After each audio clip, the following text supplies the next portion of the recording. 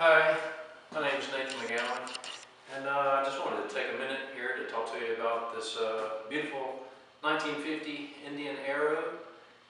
This is a bike I've been working on the past few months, restoring it, bringing it back to its original glory. In case you don't know, the Indian Arrow was a bike that started being produced post-war.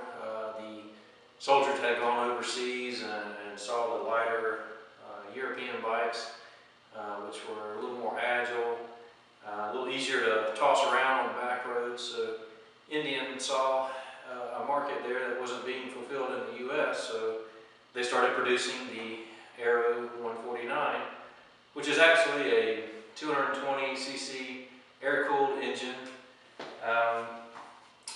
which, you know, in case you notice, the bike is a little bit smaller.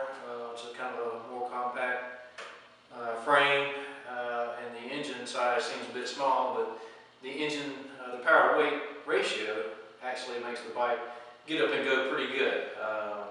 It feels rather sporty. Of course, it's nothing like modern sports bikes, but for 1950, this was a cool, fun bike to have. It's got a few unique little features like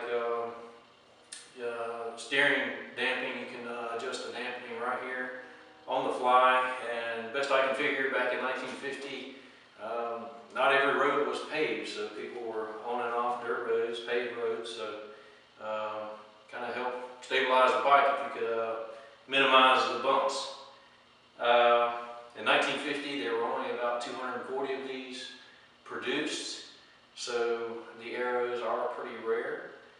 This bike has a couple of add-ons that were not factory. The bars here, the saddlebags were not original to the bike. However, these are original Indian saddlebags. They're embossed with the Indian logo. The headlight bar was not original, but with these old 6-volt systems, they don't produce a whole lot of light. So it's nice to have the extra lights here, and if you'll notice the lighted Indian head ornament there out front, it's pretty cool.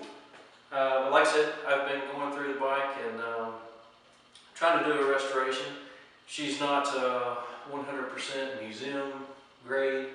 However, for the most part, it is complete and original. There's just a few little small nuanced things, maybe some bolting hardware, easy things to swap out and bring this bike to complete 100% originality. I'll show you one other really cool thing about this bike was it was actually featured in Spiegel magazine back in the 1980s.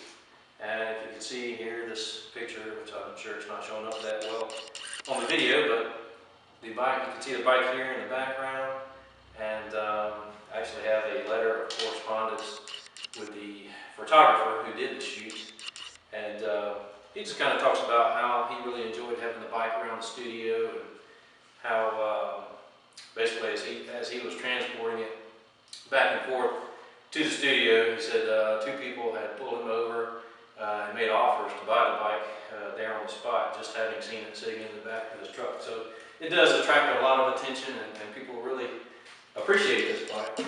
I also have a full factory service manual with illustrations and, you know, work instructions and whatnot. And I also have several invoices and some of the history of what's been the work that's been done on the bike throughout the years. So with that being said, I'd like to start it up for you so you can hear it run. And I'm only going to let it run for just a minute because I'm in my garage, and obviously it's not smart to you know, have the engine running here closed up. But it's a cold day, so anyway, I'll start the bike and you can hear it run.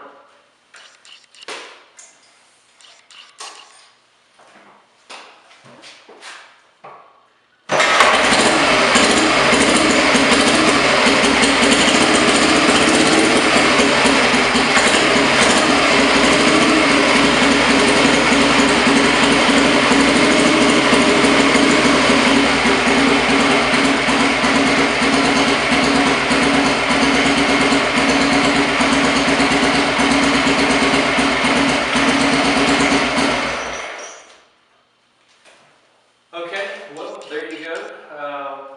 Again, beautiful 1950 Indian Arrow that would be, you know, a source of pride for anyone to own. It is a piece of Americana, and something like this, to get it out on the weekends or take it to classic car or motorcycle shows, people are going to be all over you asking questions about the bike, and just wanting to see it up close and appreciate it for what it is.